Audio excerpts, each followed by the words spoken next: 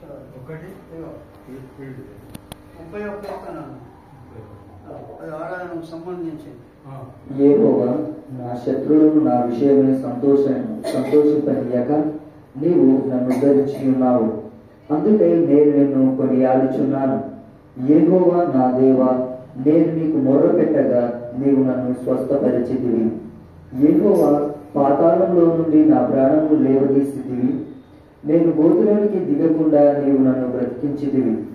యెహోవా భక్తులారా, ఆయనను కీర్తించుడి. ఆయన పరిశుద్ధమైన జ్ఞాపకార్థ నామమును బట్టి ఆయనను స్తుతించుడి. ఆయన కోపము నిమిష మాత్రముండును, ఆయన దయ ఆయుష్కాలమంతయు నిలుచును. సాయంకాలమున ఏపు వచ్చి రాత్రి ఉండినను ఉదయమున సంతోషము కలుగును. నేనెన్నడూ కదలనని నా క్షేమకాలమున అనుకొంచును. యెహోవా దయ కలిగి నీవే నా పర్వతమును స్థిరపరిచితివి. నీ ముఖమును నీవు దాచుకున్నప్పుడు నేను కలత చెందితిని. యెహోవా నీకే మొర్రపెట్టితిని, నా ప్రభువును బతిమాలుకొంటిని. నేను గోతిలోనికి దిగిన ఎడల నా ప్రాణము వలన ఏమి లాభము? మన్ను నిన్ను స్తుతించున, నీ సత్యమును గూర్చి అది వివరించున. యెహోవా ఆలకింపుము, నన్ను కరుణింపుము. యెహోవా నాకు సహాయుడవై యుండుము. నా ప్రాణము మౌనముగా నుండక నిన్ను కీర్తించున్నట్లు నా అంగలార్పును నీవు నాట్యముగా మార్చి ఉన్నావు. నీవు నా గోనె పట్ట విడిపించి సంతోష వస్త్రము నన్ను ధరింపచేసి ఉన్నావు. యెహోవా నా దేవా, నిత్యము నేను నిన్ను స్తుతించెదను. ఇచ్చిన వాక్యం దేవుడు దీవించును గాక.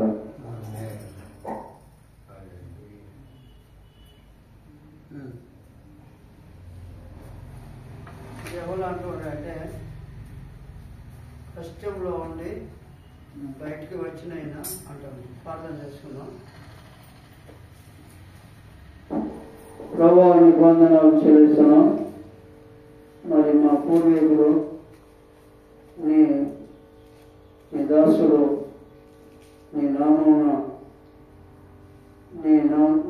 నీవు చెప్పినట్టుగా ఆయన ఇక్కడ రాసి పెట్టాడు కనుక తండ్రి ఆయన జీవితంలో మేలు చేసిన అది ఆరాధన రూపకంగా ఇక్కడ బయలుపరిచినందుకు వందనాలు. వచ్చిన బిడ్డలను దీవించండి, మమ్మల్ని బలపరచండి. ఈ ప్రకారంగా మేము ఆరాధించుకోమని నేను ఆరాధన చేసుకోవడానికి సాయం చేయమని చేస్తున్నాము, ప్రార్థన చేస్తున్నాము.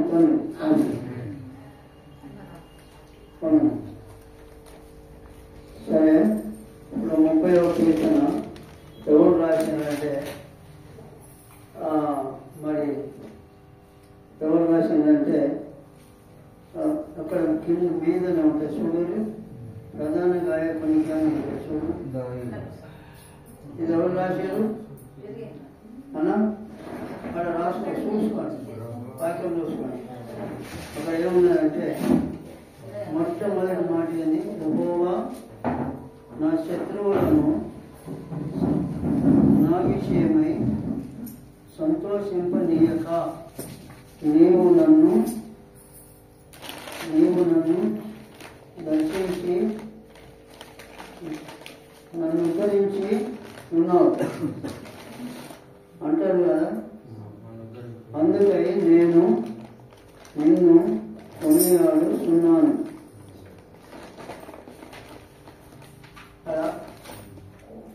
ఎవరు కొనియాడాలి? మనం దేవుని. ఇక్కడ అయ్యగారు కాదు, అమ్మగారిని అంత కాదు, ఎవ్వరిని కాదు. ఆయన ఎవరిని అంటాడంటే ఏమంటాడు? నా శత్రువులను నా విషయమై సంతోషింపనీయక నీవు నన్ను ఉద్ధరించి ఉన్నావు. అందుకై నేను నిన్ను కొనియాడుతున్నాను. ఎంత మంచి మాట. మర్చిపోయినా శత్రువు నన్ను ఏమన్నాడు అక్కడ? మళ్ళా చదువుతా. యెహోవా నా శత్రువులను నా విషయమై సంతోషింపనీయక నన్ను ఉద్ధరించి నీవు నన్ను ఉద్ధరించి ఉన్నావు. ఏం చేయాలి ఉద్ధరించినందుకు? కొనియాడాలి. కొనియాడాలి. అంతేనా? కొనియాడి పాడి అనే పాట ఉంటుంది కానీ మనకి ఏటేటో పాడడం, ఏటేటో ఆలోచన చేయడం, మర్యాద లేకుండా పోవడం, అసలు ఇక్కడనే ఓడగొట్టుకుండా ఇక్కడ ఓడగొట్టుకున్నాక అవి ఆ మాటలు మనకుండే అసలు చేసిన మేలును ఓడగొట్టి శారదా మన ఇంటికి పోతే పండుగ ఎట్లా నేర్పుతుందంటే అట్లా నేర్పింది. ఆమె చిన్న తనం నుండి ఆయన అట్లా నేర్పింది. అంటే అట్లా అడిగా ఆమె బయటికి ఇంకా రాలే. ఎక్కడ ఉన్నాయంటే గుట్టు లోపల ఉన్నది పిల్ల, ఇక గద్ద భయం తెలియదు అన్నట్టు ఒక ఉదాహరణ దీనికి సంబంధించి. ఇప్పుడు అంత జ్ఞానం ఆమెకు ఇంకా రాలే, బయటకు వచ్చే ధైర్యం లేదు. అంతేనా? అయితే ఆమెకు కొన్ని ఇప్పుడు అందులో వస్తాయి అన్నాడు, వాళ్ళ క్లాసులో వస్తాయి అంటే వాళ్ళ ఆలోచనలు పరిగెత్తుతాయి అన్నాడు. వాళ్ళకు ఓపిక కూడా ఉండదు. వాళ్ళు ఏమన్నా నువ్వు పెద్దోని నువ్వు ఓర్చుకోవాలి మనల్ని అంటారు. అట్లనే దేవుడు ఏం చేసిందంటే ఈ రాజుకు రాజే అయిన రాజులకు రాజు ప్రభువులకు ప్రభు అని అంటాం కదా. ఇక గివ్యం నేర్చుకోండి బాగా. ఈ మాటలు నేర్చుకున్నారు అనుకో, నేను ఇవ్వాలనే చదివిన మొలకెత్తని విత్తనం. డూప్లికేట్ విత్తనాలు ఏం పనిచేయాలి? అంతేనక వస్తే ఆరాధన చేయమైతే పాటలు పాడబడితే ఏసుమనవా పాట పాడుతుంది, శారదవా పాట పాడుతుంది, వస్తే అటో ఇటో ప్రసన్న వచ్చి పాట పాడుతుంది. ఇంకెవరు పాడతారు? అన్న అన్న ఆనందం పాట పాడతాడు. మొన్న శిరీష వచ్చింది, ఆయన కాళ్ళు గజగజ అనుకుతున్నాయి. ఎప్పుడన్నా ఒకసారి అట్లా కాదు, చిన్నతనం నుండి పిల్లలకు నేర్పిస్తే వాళ్ళు మంచిగా పాడతారు. కానీ పెద్దవాళ్ళకి నమ్ముకున్న వాళ్ళకు అక్కడ తప్పిపోతాయి. స్టెప్ ఇది కొట్టినప్పుడు స్టెప్ ఉండాలి. ఏ స్టెప్ ఏ పాటకు ఏ స్టెప్ కొట్టాలో అట్లా. అట్లా నీ శత్రువు నీ పక్షంగా సంతోషింపకుండా చూసినటువంటి ఆ తండ్రిని కొనియాడవా? ఇప్పుడు ఎంతైతే 11 గంటల 2 నిమిషాలు అయితే ఎన్ని ఏళ్ళు అయ్యాయి మీకు ఇట్లా చెప్పుకుంటారా? అది ఎట్లా వచ్చినట్టు మనకు చెప్పిన నువ్వు కాదు చెడిపోయేటని, ఇంకోళ్ళు కూడా చెడిపోతారు.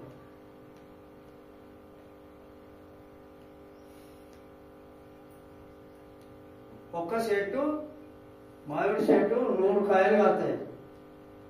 ఒక్క కుటుంబం ఎన్ని చేయాలి? 1000 కుటుంబాలు సంపాదించాలి సేవకుడు అంటూ. విశ్వాసం కూడా ఇంట్లో మాట బయట పడాలి, బయట మాట పొలమారే కాదు, క్రమం లేని. యెహోవా నా శత్రువులను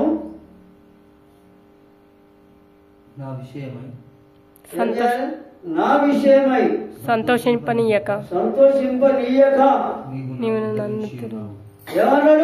నీవు నన్ను ఉద్ధరించి లేదా నీవు నన్ను ఉద్ధరించి ఉన్నావు. ఎవరిని ఉద్ధరించిందని మాట్లాడుతున్నావు? ఎందరికి పెళ్లి చేసినావు? ఏం మాట్లాడుతున్నావు అని తిడతారు కొందరు కదా. తల్లిదండ్రి పిల్లలను తిడతారా లేదా? పెడతారు. కానీ ఇవాళ నేను చదివింది ఏంటంటే పిల్లలు తల్లిదండ్రికి పిల్లలు బుద్ధి చెప్తాం. ఒక ఆయన పోయాక పోయి మరి ఆయన బాగా చదువుకున్నాయి, ఆయనకు ఒక షాప్ ఉన్నాయి. షాపులో వెళ్ళినప్పుడు తలుపు తీస్తాడు, చీపురు బయట ఊడుస్తాడు, అంటే బుట్లాలతో ఎప్పుతాడు, ఇవన్నీ ఊడుస్తాడు. ఇటు చూసే వరకు ఒక బోర్డు ఉంటుంది, యేసుప్రభు బోర్డుగా ఉంటుంది. దాని దగ్గర పోతాడు. దాని దగ్గర పోయి అగరబస్తీలు అంటారు కదా, వాటికి పెట్టి పోగేస్తాడు.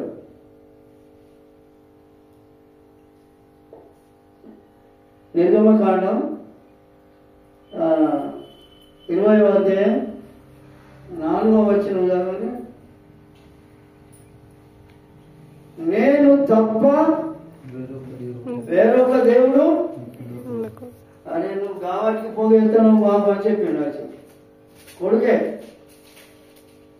అంటే ఆయనకి ఇంకా సంపూర్ణంగా రక్షణ లేదు, మారు మనసు లేదు, ఆయన దేవుడిని కలగలేదు అని చెప్పి స్టేట్మెంట్ ఇచ్చింది పేపర్కి. రెండవ కొనియాడాలి. రెండవది ఏంటిది? యెహోవా నా దేవా, నేను నీకు మొదలుపెట్టగా నీవు నన్ను స్వస్థపరిచితివి అన్నా. నువ్వు మొదలుపెట్టాగా ఆ సమయం ఎట్లుండే? అటా ఇటు అన్నట్టుండే. మన యశ్మనావు కూడా లేవలేని పరిస్థితులు ఉన్నాయి గాను, కాళ్ళు తడబడిపోతున్నాయి, మాట సరిగా వస్తలేదు. శరీరానికి వచ్చినటువంటి రోగం అది.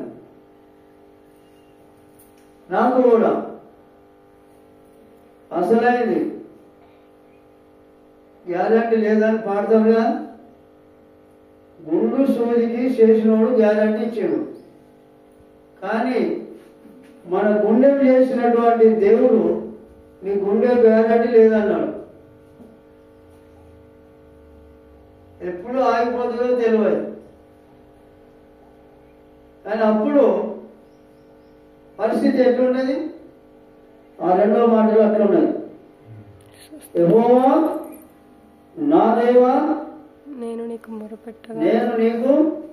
మొర్ర పెట్టగా నీవు నన్ను స్వస్థపరిచితివి. బాగు చేసినావు. మరి ఏం చేయాలి ఇప్పుడు? మొర పెడితే స్వస్థత వస్తుంది. దేవుని భయం మీద ఉండాలా లేదా? ఉండాలి. నువ్వైనా నేనైనా ఒకటే, ఇంకా నేను ఇప్పుడే అక్కడికి పోలే. మూడవ మాట, యెహోవా పాతాళంలో నుండి నా ప్రాణమును లేవదీసితివి. ఎక్కడికి వెళ్ళి? పాతాళం నుండి. పాతాళం పోయేప్పుడు నన్ను బయటికి వచ్చినావు అంటే ఇది అర్థం కాదు. కానీ అమ్మా ఎంత పోతున్నావా? మరి ఇట్లా ఊరికే ఎట్లా అరే నాకు దేవుడు పేరే పడించి నీ అమ్మాని మొట్టమొదటి నువ్వే బాగుపడాలి. నువ్వు ఎప్పుడు నేను ఎన్నుకోపోతే నన్ను కూడా అడుగు. యెహోవా పాతాళములో నుండి నా ప్రాణమును లేవదీసితివి. నేను గోతిలోనికి దిగకుండా నీవు నన్ను బ్రతికించితివి. అంతేనా? నిద్రపోయేటోళ్ళు ఈ పరిస్థితి వచ్చినప్పుడు నీకు ఇది అర్థమైతే. ఎవరైనా నిద్రపోయి ఎవరైనా ఎటువంటి వినకపోయారు. నేను మళ్ళీ చెప్తానా, శివుడు ఎందుకు ఇచ్చిన మనిషికి అని అడిగిందట ఆయన. వినటకు ఎగిరపడమోను. ఎందుకు ఇచ్చిందంటే ఆయన అన్నాడట, బాగా తాగేసి ఈ శివున వింటా, మళ్ళీ ఈ శివుల నుండి అది నిలబడతా. అందుకే ఏజెంట్ సేవలు నాకు అన్నాడు. మొన్న పండుగ రోజు వచ్చి ఒక ఆయన గంట అన్నాడు. అది ఎవరో ఏమన్నా మనకి తెలియదు. కాబట్టి కష్టం ఇచ్చిన వాళ్ళకు ఈ పరిస్థితి తెలుస్తుంది. ఎక్కడికి దేవుని పెట్టిండంటే పాతాళ లోకంలో నుండి నా ప్రాణము లేవనెత్తివి, నేను గోతిలోనికి దిగకుండా నీవు నన్ను బ్రతికించితివి. ఇది ఆడుకుంటా పాడుకుంటూ పోయేదా? ఇది ఆటలు ఆడేది అనుకుంటామా మనం? లోతుగా తలంచేటి, లోతుగా అయ్యగారు అడ్డం పడిపోయినానే ఎట్లా గద్ద పిల్లలు ఎత్తుకోపోదామనే వరకు కోడి కదా ఎట్లా కుక్క అనుకుంటే ఎగురుతుందో అట్లా ఎగిరింది పందురామా. అట్లా అయితేనే బతికిన, లేకపోతే ఎక్కువైతే కష్టమైపో. అటువంటి పరిస్థితిలో ఉన్నటువంటిది ఈ మాటలు మనం అనుభవించి చెప్పాలి, చేసి చెప్పాలి. దున్నినోనికి ఎంత సాలు ఎట్లా దున్నాలి, ఎట్లా గడ్డి లేతుంది అన్నట్టుగా అనుభవించిన వాళ్ళు మీకు ఏమి అర్థం కాదు కనుక ఆ పరిస్థితి వచ్చినప్పుడు అర్థమవుతుంది. ఎటు తోసని పరిస్థితి ఉన్నప్పుడు అర్థమవుతుంది మనకు. నీకే కాదు, నాకు మొదలు చెప్పుకుంటున్నా. నీకు అవసరం అంటే నువ్వు దగ్గర పెట్టుకో ఈ మాటలు, లేకపోతే అవసరం లేదు. ఎగ్జాంపుల్ చెప్తున్నా, పరిస్థితులు ఇట్లుంటాయి. 4వ మాట, యెహోవా భక్తులారా. ఇప్పుడు ఎవరన్నారు? ఇప్పుడు యెహోవా భక్తులారా ఆయనను కీర్తించుడి, ఆయన పరిశుద్ధమైన జ్ఞాపకార్థ నామమును బట్టి ఆయనను స్తుతించుడి. ఎటువంటి అంటే స్తుతించి తెలిపోతే ఇక్కడ అనుభవంతో చెప్పేటువంటి మాటలే సన్నానికి అర్థమైంది. వాళ్ళు ముసలోళ్ళు అయినాకనన్నా అర్థమైంది. టీచర్ చెప్తా అంటే స్టూడెంట్ ఏం చెప్తాడంటే చేస్తాడంటే ఏదో ఒకటి చదువుతాడు, అది చేస్తాడు. ఒక ఎగ్జాంపుల్, ఆ టీచర్ ఆట గద్దించి చెప్తున్నాడు. అంటే బతకాలని చెప్తాడా సావాలైనా? గద్దించుకుంటా చెప్తా అంటే ఒక్కడు మరి ఎట్లా బుద్ధి పుట్టిందో అని సార్ ఇట్లా వచ్చే వరకు పిల్లలు వచ్చి కూర్చుంటారు కదా, ఈత మూలు తెచ్చి కింద పెట్టి ఆ కుర్చీలో పెట్టి ఈ బట్ట కప్పిండట. సారు పిల్లలు వచ్చి లేచినా మంచిగా ఉన్నారని అనుకున్నాడు. ఆయనకి ఏమైనా వచ్చాడు, వచ్చేం చేసాడు, ఇట్లా కూర్చున్నాడు. ఇట్లా కూర్చునే వరకు మెత్తటి స్థలం కనుక అట్లనే కూర్చున్నాడు. ఏమంటారు? అటువంటి స్థలం నమ్మినోడు గట్టనే చేస్తాడు.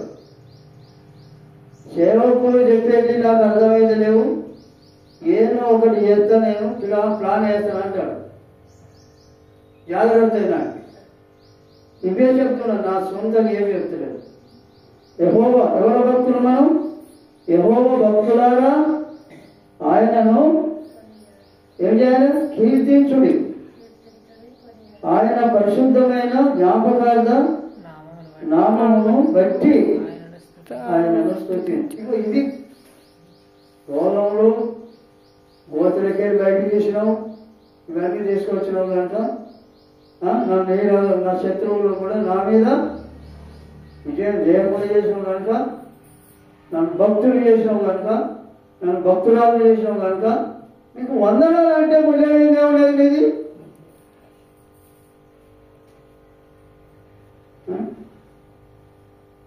అట్లా అట్లా చేయొద్దు. నువ్వు వచ్చిందే నిన్ను పూజించుకోవడానికి వచ్చినావు, పాడుకోవడానికి వచ్చినావు, ఏదో తలంచడానికి రాలే, ఏదో ఇంకా ఏదో ఒకటి చేసడానికి ఎట్లా వెళ్తాడో చూద్దామని పార్టీలు పెట్టడానికి రాలే. ఆయన సన్నిధికి వచ్చినాం మనం, ఆయన సన్నిధిలో ఉన్నాం. భక్తుడవును బైబిల్ చదవను నీ బాధలు తీరన్నా. బాధ వచ్చినప్పుడు బైబిల్ కాడికి రా.